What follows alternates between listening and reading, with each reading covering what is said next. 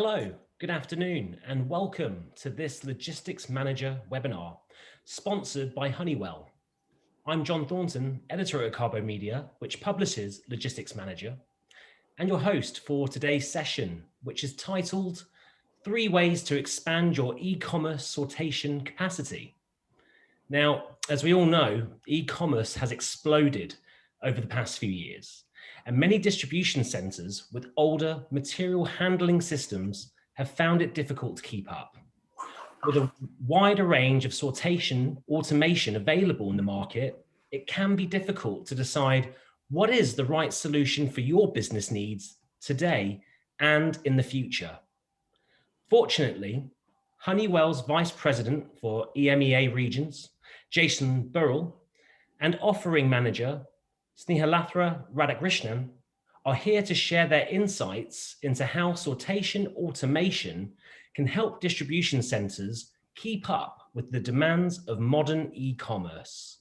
Together, Jason and Sneha will talk us through the different types of sortation available in the market and discuss the pros and cons of each type of sortation, from line to loop to MDR and more, including benefits and capacity. At this point, I'd just like to encourage viewers to ask questions throughout the presentation via the Q&A box at the bottom of your screen. Please remember to submit your name, job title, and company name when doing so. I'll pose as many of these questions as possible to Jason and Sneha in the time available following the presentation. Also, a recording of this webinar will be made available to view on demand from tomorrow morning via logisticsmanager.com. And with that, I'll now hand over to Jason Burrell to start the presentation section of this webinar.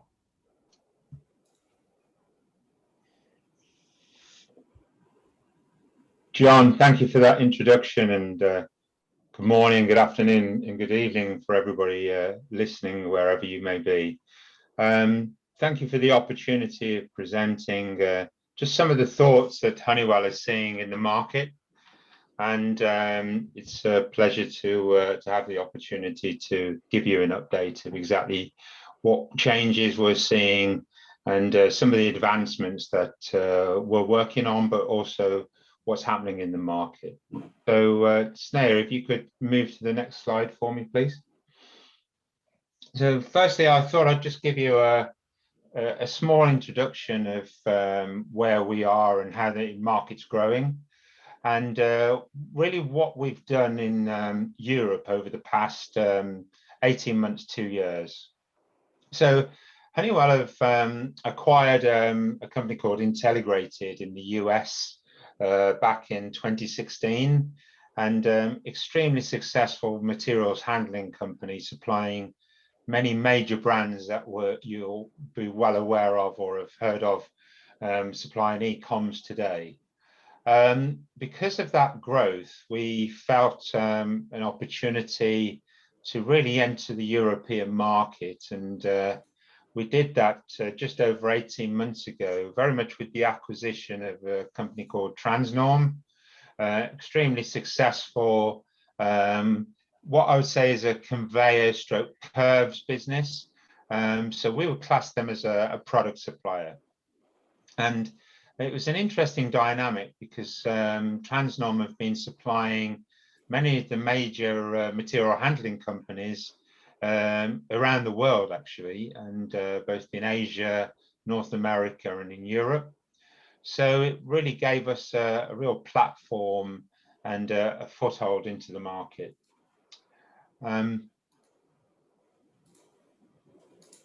My slide, the presentation's gone, so if you could just move to the next slide, please.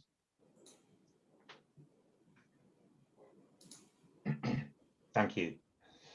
So based on that, what we've been able to establish is we've worked with a number of different partners in Europe, and we've seen a real change and momentum shift, which I believe many of you on the call today would also have noticed.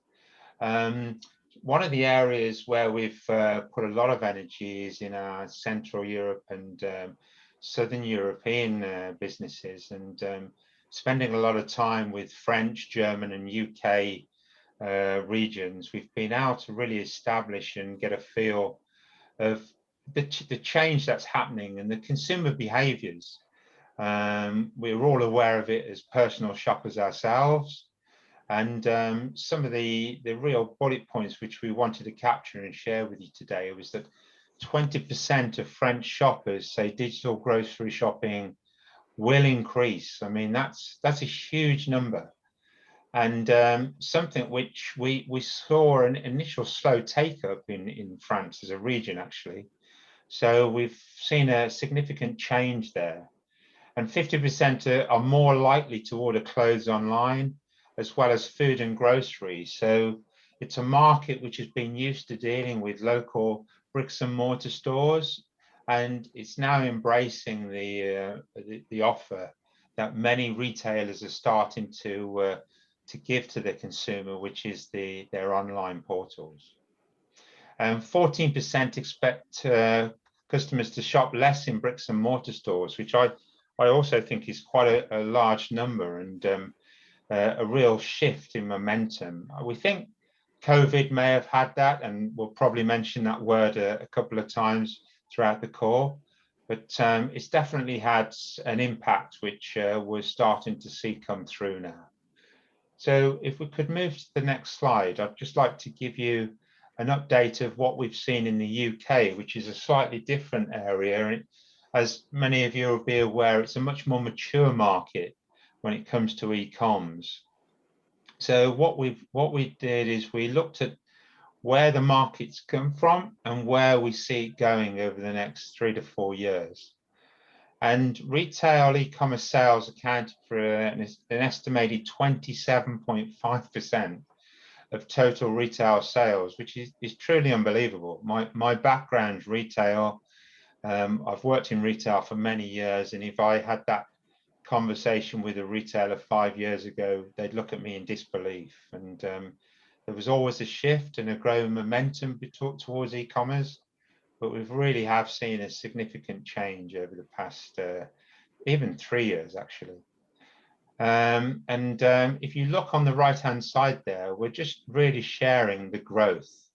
So last year, 27.5%, and we see that steadily increasing. So even within a mature market, and the way the high street has changed in the UK, I can personally only see that number increasing with a probably steeper curve as well. So a real change and shift towards online and e-commerce. Okay, could we go to the next slide, please? And finally, I was keen to show you the German market and some of the trends that we're seeing there.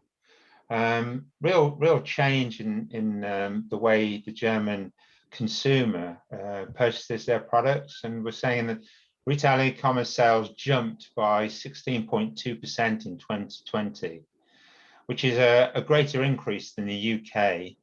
But lower than France, Italy, and Spain, which is a really interesting dynamic. And even though when you look at the chart and you see that significant jump from 2019 to 2020, there's a drop that we see in 2021, but it's still a significant increase, 5% up for 2021. So, and then steadily rising with a small reduction in 2023, but I think that may well change as well with the changes in the COVID situation and people starting to really embrace e-commerce and online retailing. So overall, you can see why the shift with e-coms is happened, and I think it's really taken a momentous change in the back end of 2019 going into 2020, and we as a business only see that increasing more and more over the next 3 to 5 years. Okay, so I think the next slide, we're going to really ask you the question, and would really appreciate your feedback on this one. And it's very much a case of how you see the market and what you're doing today. So are you currently using automated sortation technology in your businesses today? And would really appreciate whether it's a yes, a no, or you're still evaluating the position. And I'd just like to give you 20, 30 seconds just to say yes or no to that, and then we'll move on to the next slide.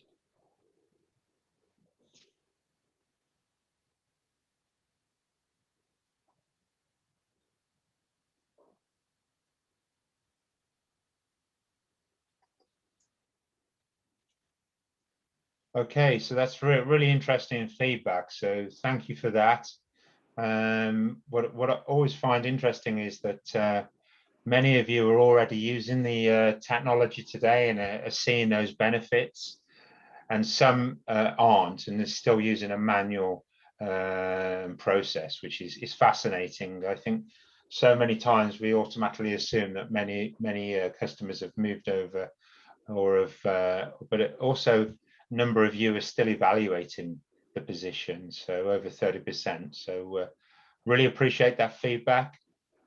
And I'd now like to hand over to Sneha, who's really going to go into more detail around some of the technologies that we're seeing in the marketplace today, and some of the work that Honeywell have been looking at, and really putting investment in for the coming years. Hi, thank you, Jason, for the introduction. And I'm Sneha, and I'll be talking about the technology, with how you can improve your sortation. But before that, thank you for the poll question. That was a very interesting answer. We see that about 40% of you don't use automation, and 30% of you are evaluating about using automation. And we hope, this presentation gives you insights into how you can improve your DC and warehouse. And for those of you using automation, we have, of course, tips to optimize the automation solutions for you.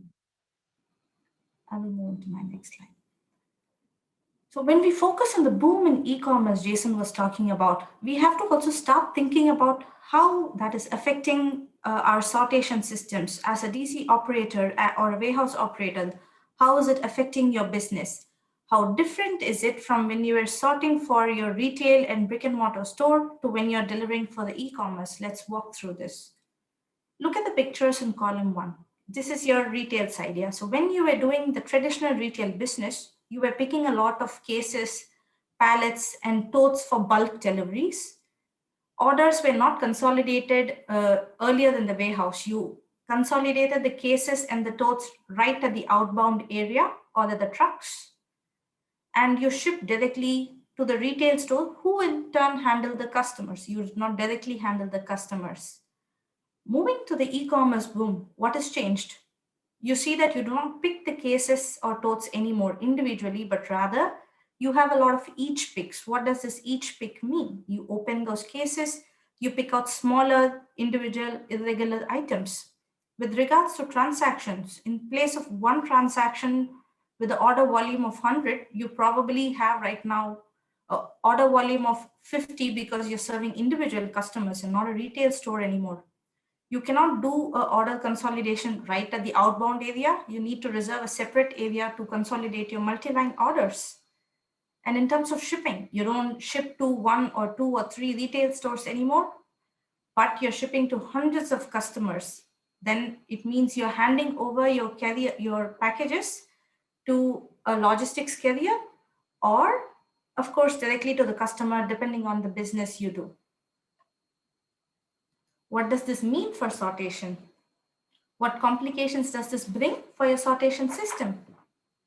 The small item being picked means it gets difficult for the material handling system or the older material handling system to identify, convey, and sort these items. Your sortation system or your entire conveying system should be able to handle the increase in volume of transactions, that is higher throughput. And when you ship to multiple destinations, Your sorter should be equipped with enough diverts in your existing building to handle this capacity explosion. So these are the challenges that you face. Now, let us go ahead and see how Honeywell can help you, meet these challenges. But before that, let's talk about the customers who were, already using some sort of automation in it. What types of sortation are you using? Do you use manual sortation, line loop sorters, or transfers or diverts? Of course, each of these has their own advantages in terms of throughput and productivity. You have again about 30 seconds.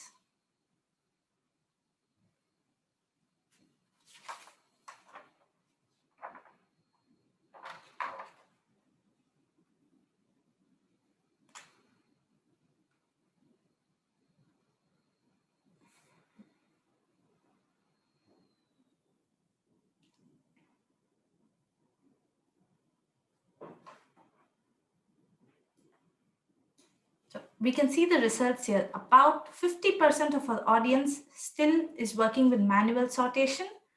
The remainder is working with transfer and diverts. So when we look into manual and transfer diverts, we see that in terms of throughput, they would still be lower than what is currently in the other sorter units that you see in line and loop sorters. Of course, for line and loop sorters, you have higher throughput.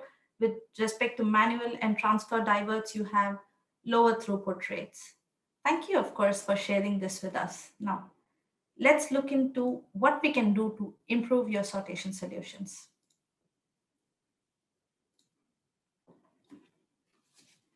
Now, how can you handle this e-commerce growth and of course be prepared for what is expected to come? As Jason showed, e-commerce just keeps increasing year over year. That means your DC operations should be able to handle this capacity as the market progresses. We recommend 3 ways to accomplish this with our solutions. These are quick to deploy solutions or systems, scalable solutions, and technologies that will enable you to have high throughput. Let's look at them one by one. Let's first talk about quick to deploy solutions. Even before we talk about these solutions, let's look into why you need this solution. COVID hit the material handling industry faster than anybody anticipated in the last 1 year. Though we knew the e-commerce was slowly increasing, we did not expect this boom this quickly. This has resulted in immense pressure on the warehouse and DC operators and their businesses. In a traditional retail business, you had the predictability of order processing and shipping from these retail stores, and it made your processes manageable. But with e-commerce on the rise, accelerated of course by COVID, our customers do not have this luxury of predictability, and their systems are not able to meet with the rise in demand. For the customer whose warehouse or DC is largely manual, as we see from these polls, how can we solve this problem quickly and efficiently without, of course, disrupting your business in the short term? You may have thought about expanding your business in 2-3 years because you were thinking e-commerce is developing slowly, let's invest on that. But we have a boom right now, and what can we do here to help you? Let's talk about 3 ways how we can help you to use quick to deploy solutions. One is automated data collection, labor management, and voice-enabled technologies. So before that, a quick, let's say, intro. What are your biggest bottlenecks? For any DC and warehouse manager, the biggest bottlenecks or biggest problems, pain points in their work are inventory management, order fulfillment and tracking, labor management. The processes that you once had are not suitable for the current e-commerce market. How can we solve these problems for you? The problems can be solved by integrating these 3 solutions that I talked about: automated data collection, labor management, and voice-enabled technologies.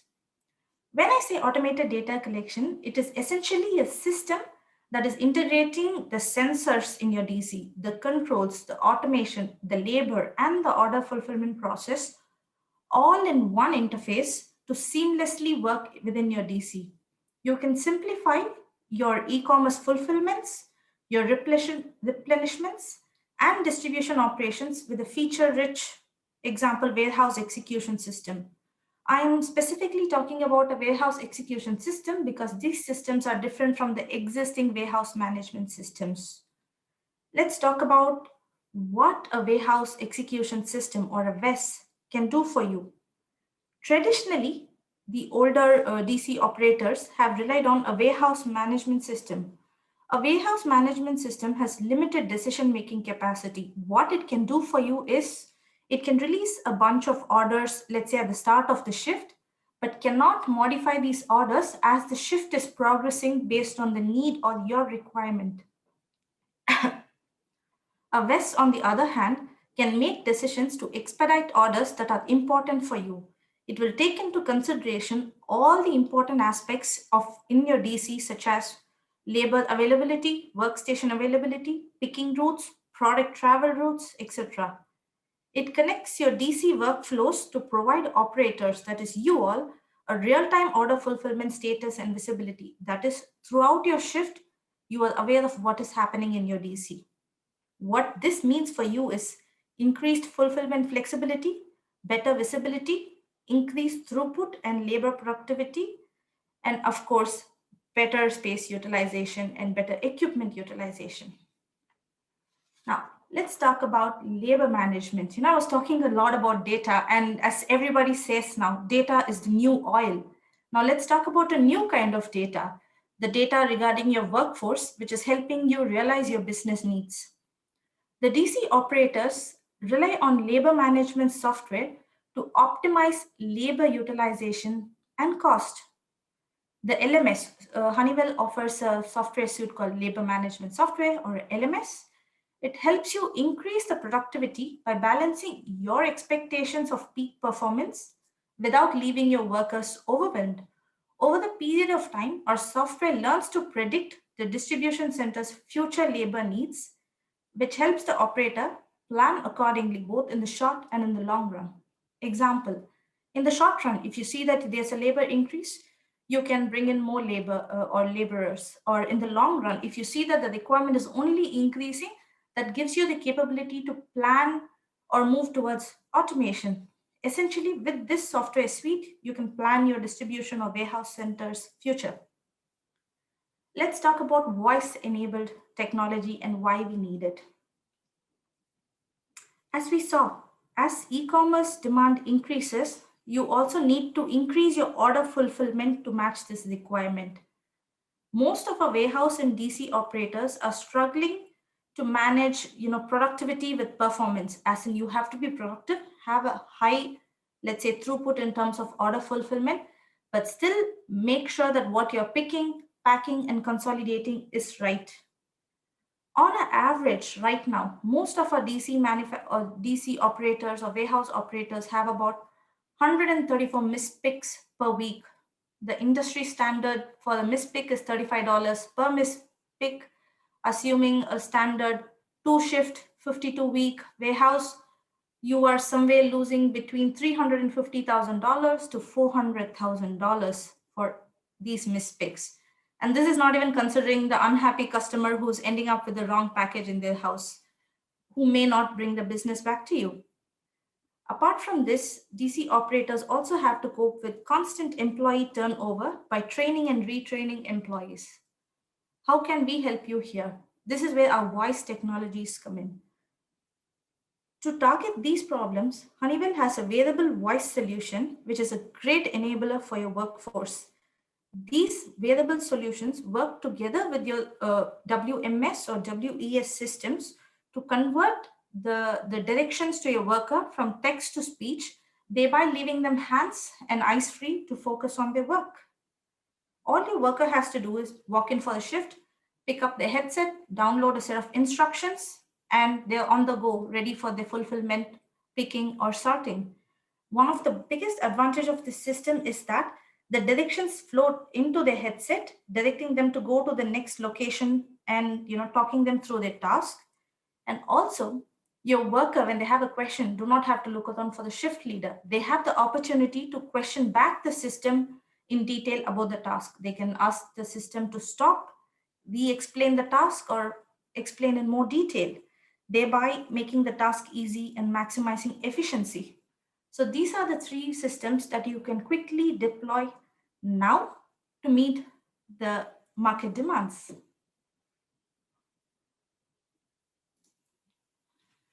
Now, let's talk about scalable solutions and why is it important for you.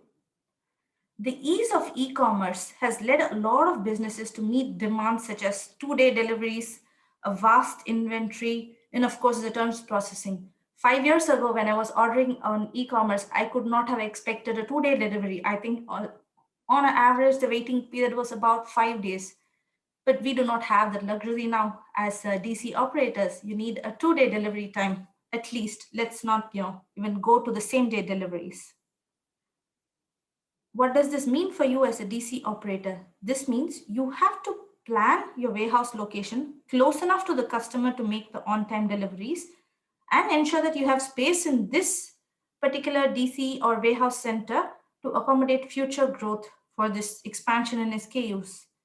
But the space in warehouses comes at a very high cost, especially close to the urban areas when you have to make those 2 days deliveries. These factors work against planning a DC in the short term, as it should be able to anticipate and grow with market demand. Honeywell offers various technologies that can help DC operators scale their existing businesses to increase their throughput. Now, we talked about a lot about voice and data collection systems. Now, let's talk about hardware or technology that you can install in your DC as a part of your existing equipment that will give you room to grow. I will walk you through, of course, 3 different examples here in this space. Let's say most of our customers have a primary sortation unit, yeah? I'm going to give examples with 3 automatic ones because for the manual ones, we already saw a few examples before. One of the best ways to increase your throughput is, of course, by having a secondary sorter. You can have a secondary sorter based on your needs, either as a seasonal secondary sorter or as a permanent modification or a secondary sorter. Let's look into these 3 examples. Let's talk about a customer who has a seasonal need, as in his demand is not increasing throughout the year, but rather he sees peak demands only at certain times of the year. I'm going to say he is using a strip bell sorter. So when you're using a strip bell sorter, you see a seasonal demand. What can you do here to increase your throughput during the season? A quick solution would be a put wall sortation system. At the downstream of your primary sorting unit, you have a put wall sortation system, and you can get the system installed, have 2 labelers working on either side to increase your sortation throughput. So when a parcel is sorted in the primary sorter, this comes downstream.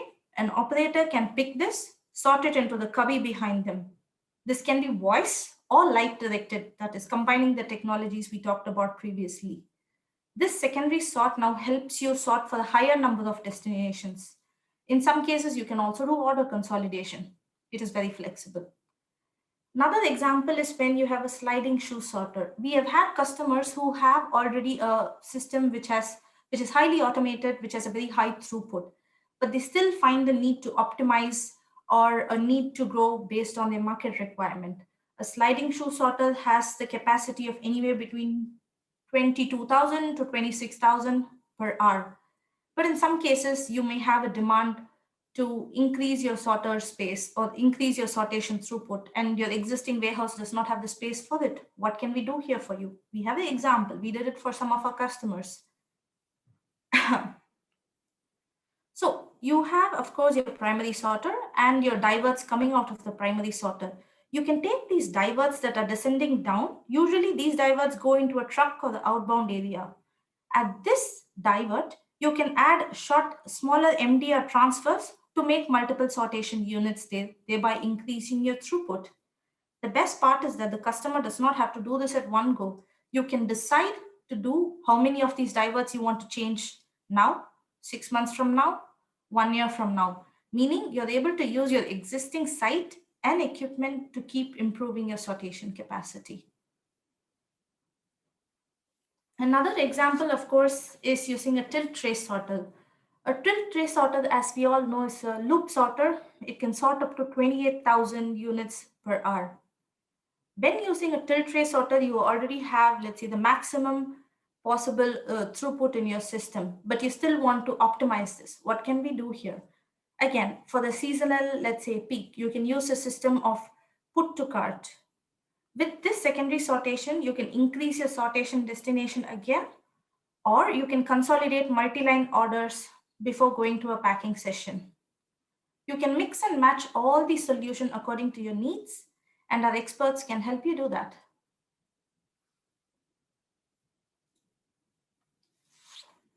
Now, let's talk about technologies for high throughput. Previously I talked to you about, how you can go into automation or what you can do to your existing existing sorter once the sorting is done.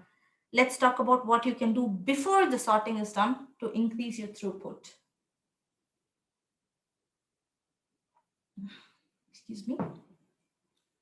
So Honeywell, of course, works intensively in this area to see how we can utilize the existing technology to work faster for you so that you have an increased return of investment. Let's assume, as explained before, the customer already has a primary and a secondary sortation system sorted out, all figured out. But we still need to see what we can do to your parcels before it gets to the sorter to increase the throughput. Because without enough inductions, without you being able to feed enough parcels through your system, you will never have a high throughput. Let's look into some examples of what we can do there. You can either have a singulated flow or a bulk flow to singulator. So these are systems.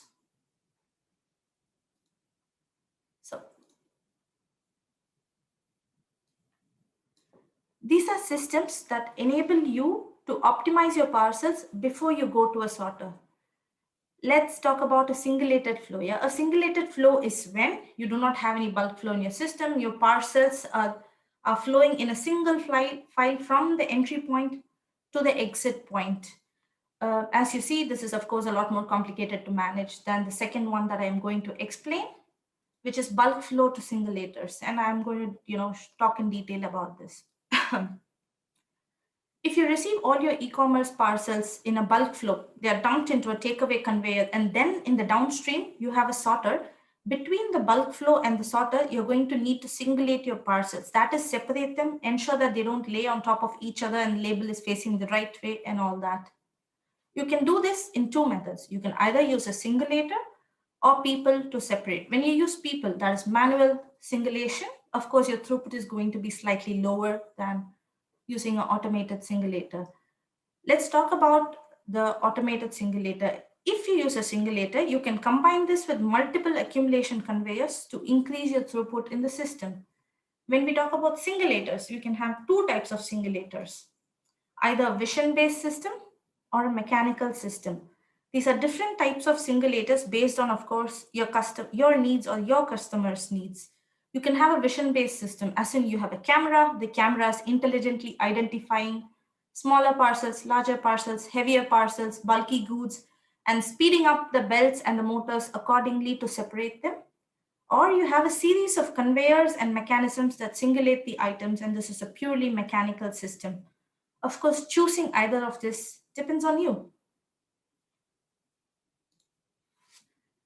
Another example to increase the throughput is by using advanced control methods. And you can use two types of control methods. One of them I briefly touched in my previous slide. Let's talk about this high rate motion control gapping. What does that mean actually?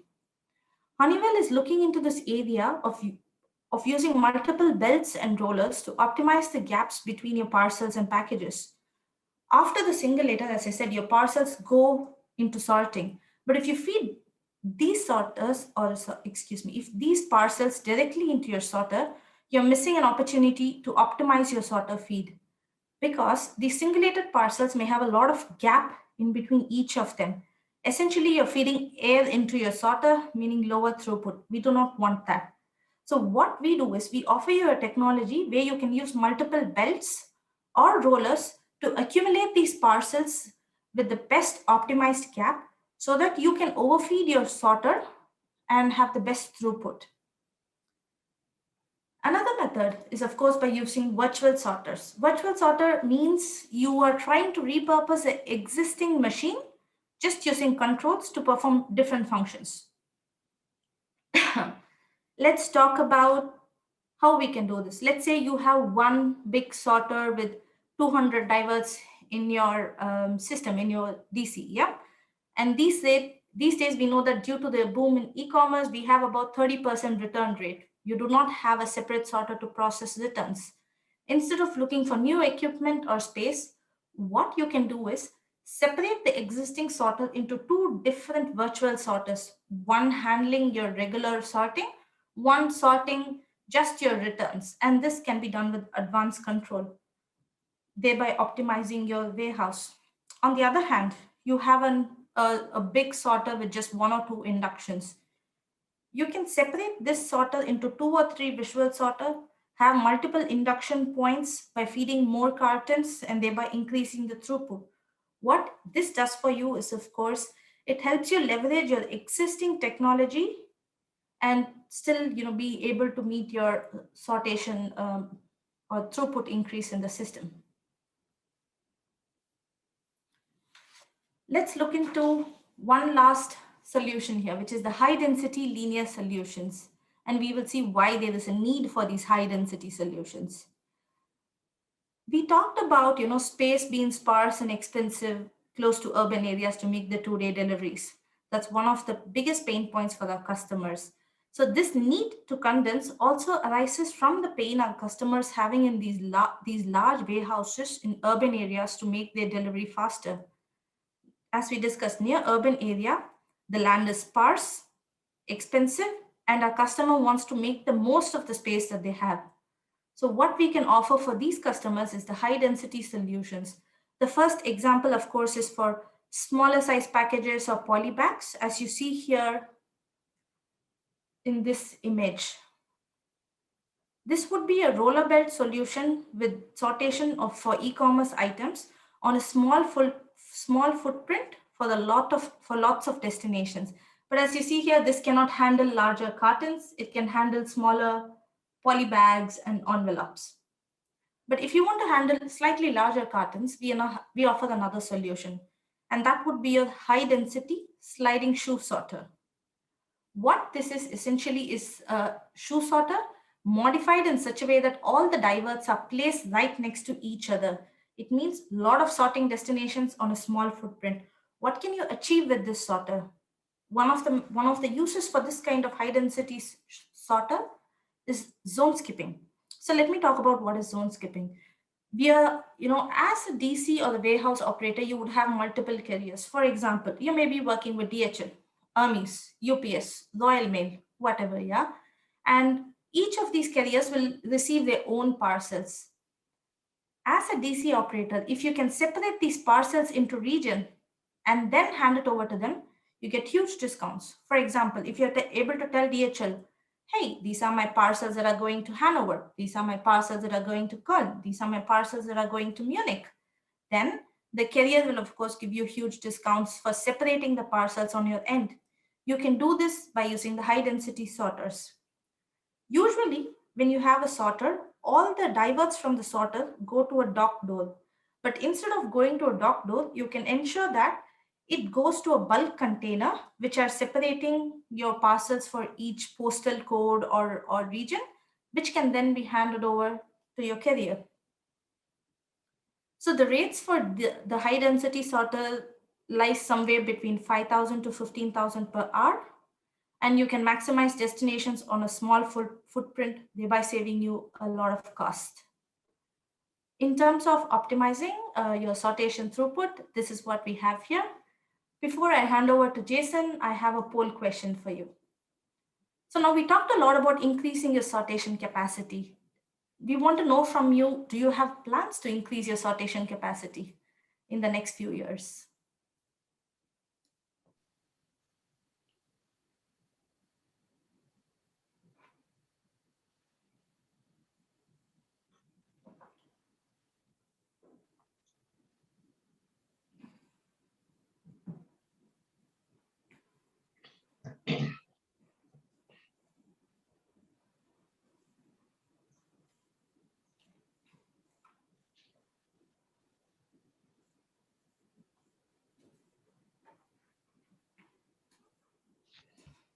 I'm able to see the results and I'm sharing it with you.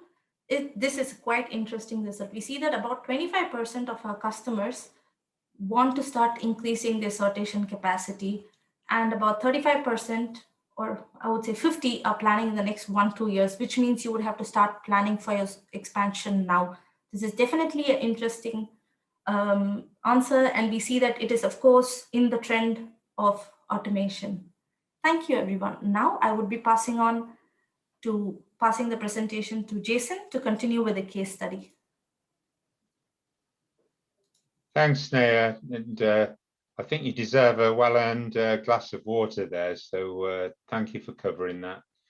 And interesting to see what the polling looked like. It's fascinating to see it'd be more interesting to see what's the underlying driver behind the percentage splits that you've got there. Is it customer service? Is it speed of operation? What are the drivers that are encouraging you towards the material handling sector? So that, yeah, very interesting. And we thought it'd be a great opportunity just to give you a high-level view of a case study that Honeywell have worked on fairly recently with a well-known brand. So we've tried to do it where it really crosses both apparel and different product areas for a number of our partners. So Adidas came to us with a real challenge, really, to try and see how we could look at helping support their business and their manufacturing and distribution. They looked at different areas and investigated different streams of which way to go. And they put a lot of focus around their distribution network, and they felt as though if there was a way of improving that, it could potentially help them overall with their key target, which was customer service. So we've put lowering operating costs and gaining efficiencies there by utilizing automation. I mean, that's expected with any partner or client that we work or talk with. They have key drivers, and yes, there's an initial investment on some of the technologies that Sneha talked through and gave you a brief overview on, but there's obviously a long-term operating cost saving that many customers are looking for, and that was one of Adidas's key drivers. Handling daily volume and growth, they absolutely saw that was going to increase. They could see that it was increasing overall with their online presence, and they wanted to offer a much broader service, and volume growth was one of the key challenges of how they were managing that, and very much preparing for the future. They know, and we know, and I think that's why everybody's taken an interest in this call, is that because the consumer behaviors are changing and e-commerce growth is booming, and a lot of that is based around the way we purchase items today. So that was a challenge which Adidas put to a number of partners, and one what we were very keen to work with them on. So if you could just go to the next slide, please, and we'll just talk through the solution and how we got there. So there's a number of different options that Adidas could have moved forward with. Sneha's covered quite a number of those, and it really depends on the size of your facility, whether it be a smaller presence closer to town, or you've got a large out-of-town facility. Then the concept is trying to make it work and fit for and what's right for you. So, and that's how we developed the solution for Adidas. So we created what we class as a waterfall induction system, which is what you see on the right-hand image there, where the product actually comes up and then drops down onto another conveyor. Quite a neat idea, and something where you can monitor and manage certain types of product. So short sweatshirt pants are obviously very much focused around the apparel sector, and that's really why we chose that offer. And the domino, you'll see on the next slide in a moment, that domino induction was something that we wanted to work with the shoeboxes, so it can be managed in a way for the users to not get too stressed, and to do that in a very steady, methodical way. And if the business felt as though they can increase capacity, it's available to them. So that was the system and the solution that we decided to move forward with. And if you just skip to the next slide, please. This was the result. And it's something that we're very proud of at Honeywell, and I know that the Adidas team and the group are very pleased with the results. So it was something that we worked together on and focused around a successful DC deployment. We managed to bring that in on time and within budget, which is something we were very proud of and we're very committed to doing. And we achieved the goals, the productivity goals that Adidas set out to, and I believe we even improved on those. And Adidas have seen an overall cost saving, because, and something we'll probably talk about at another stage, is really very much around some of the labour advances that we tend not to touch on in our presentations, but we really show when we walk the floor with our clients, that there's so many labour cost savings that can be gained, even just through the walk cycle of saving time from colleagues having to move from one station to another. That's all time, it's time consuming, and it's costly. And those are certain things which we know we've improved on, and delivered an overall service level that Adidas are pleased with, and more importantly, their customers are extremely pleased with as well. So that's why we wanted to share that case study with you, and just rather than just talk about the technology, give you a real live case study that may be relevant to your businesses. So on that note, I'd like to hand it back to John, because I think we're at the end, and take questions. We are indeed. Jason, Sneha, thank you very much for that excellent presentation. That does lead us nicely into the interactive Q&A section of the webinar. For our viewers, now is the time to submit your questions if you haven't done so already. As mentioned earlier, you can do so via the Q&A box at the bottom of your screen. Our first question comes from Philippe Sanders, who asks, what is the average pick volume of the voice pick system? Oh, Sneha, I think you're on mute there. Now, can you hear me? Again. Yes, I'm unmuted. Oh, technology, yes. So the average pick volume for the voice pick system, Felipe, is somewhere between 300 items per hour. And 300 items considering about 99.8% accuracy of picking.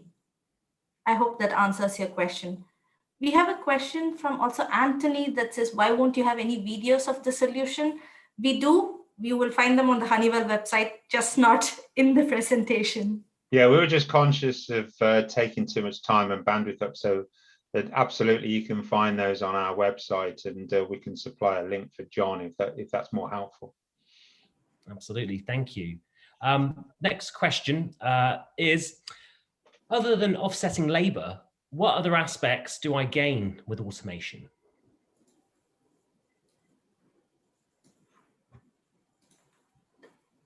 Do you want to take that, Sneha, or? You can take that, Jason, okay. No problem. Yeah, I mean, what we've tried to do within the Honeywell business is it's not just focused around labor and labor savings. It's all around service, and something I touched on with the case study. So it's about speed and accuracy. So what we found many years ago is that customers were having labor savings, but they were having major problems with their accuracy, and products being sent to the wrong addresses and things like that. And that's something we've worked on over many years with our software suite. So it's definitely a major improvements that we've seen in the market, and something we can definitely help with. So Jason, if you don't mind, I want to tie some more points that we talked during the webinar to this question. Yeah, So good idea. the question was about offsetting labor, but let's look into what automation is bringing in apart from labor. Yeah, you're eliminating manual processes. You're introducing traceable data automation. As in, you're not working with pen and paper anymore. Everything is available online for you to analyze and improve your system, as Jason just mentioned. You can use a software to track your workforce performance. It will not eliminate your workforce, but it helps you track the performance and to improve it. You can control your sorter feed, estimate your peak periods, estimate your lean periods, and change your warehouse labor distribution accordingly.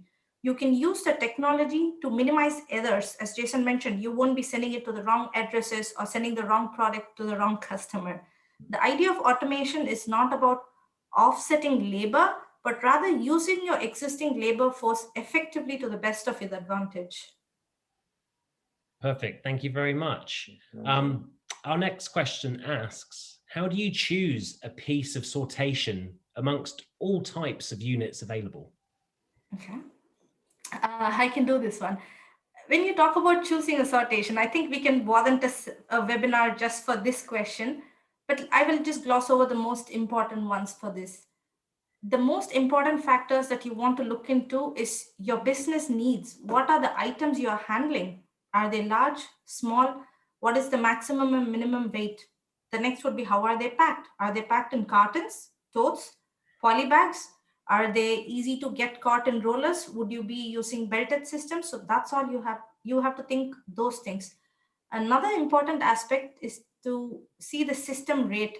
So when I talk about system rate, I'm not just talking about the system speed, but rather how your packages should be handled. Are they fragile items? And what is the accuracy at which they should be handled?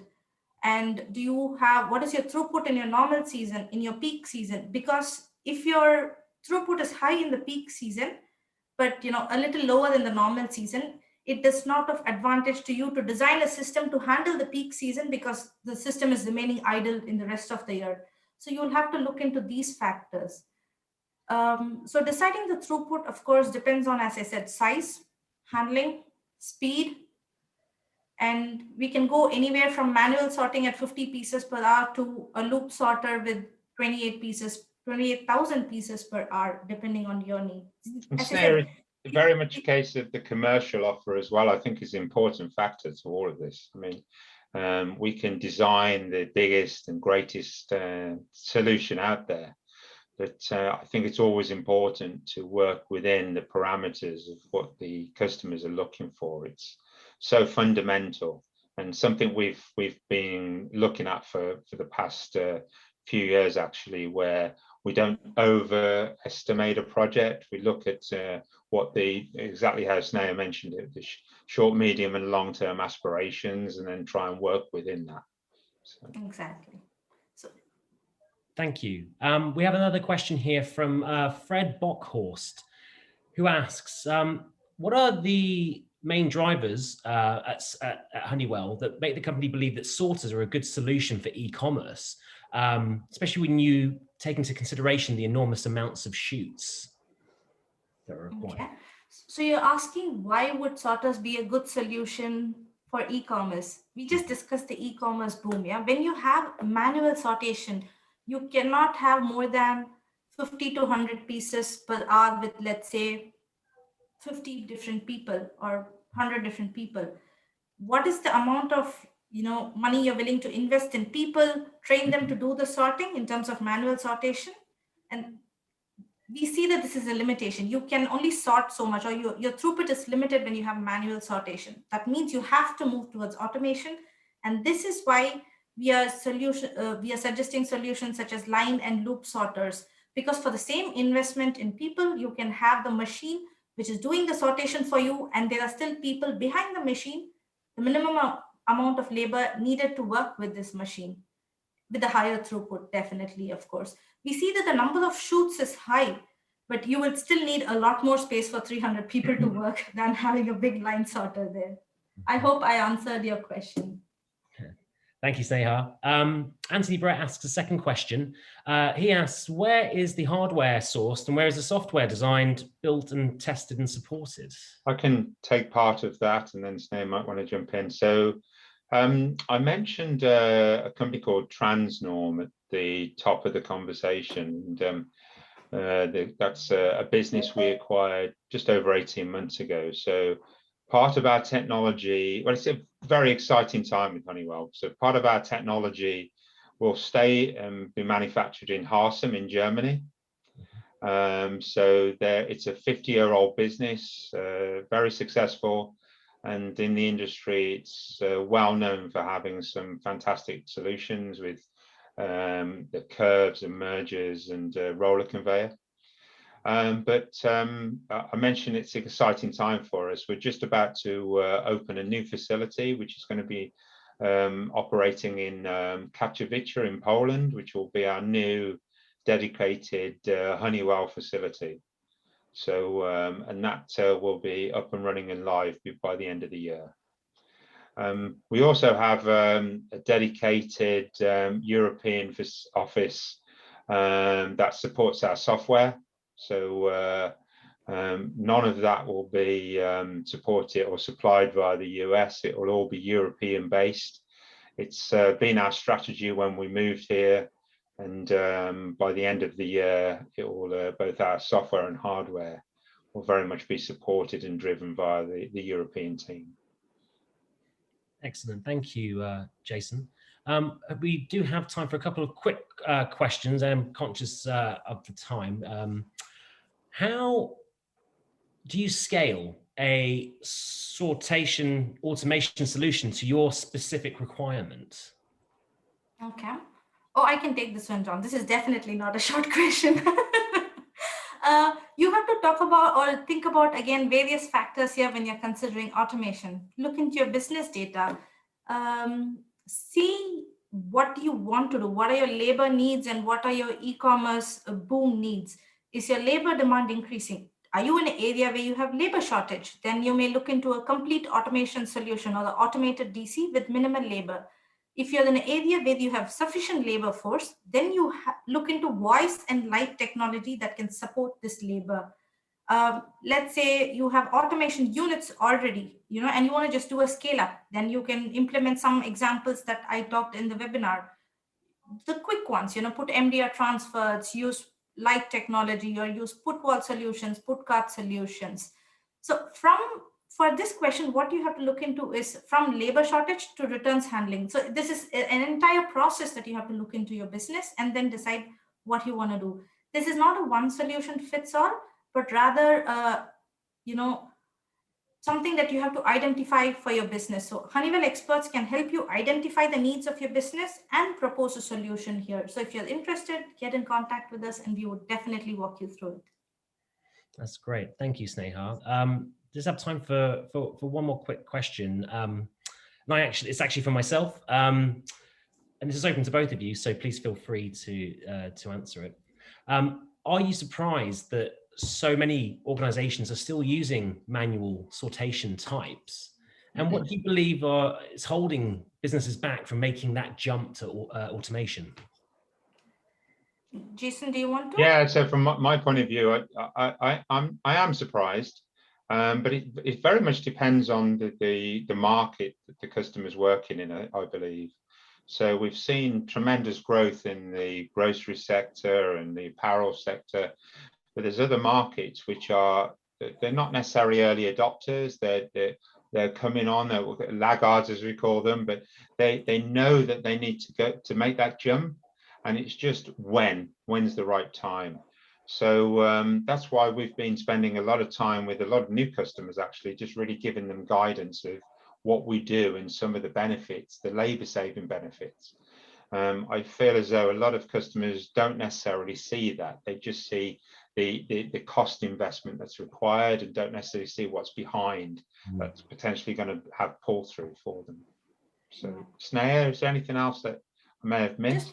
I would not say I was surprised to see a lot of customers, still working with manual methods, because we expected an e-commerce rise, but rather the more organic rise there. Yeah, we did not expect the e-commerce boom because of COVID. So I think most of our customers might have planned something for the next year or two, but that necessary or the requirement came up way earlier than anybody expected. And that shows also in the poll questions that we asked. You see, 30% of our customers are already looking to evaluate right now to see what they can do, which means they had probably planned something down the lane, but now they just have to ramp it up.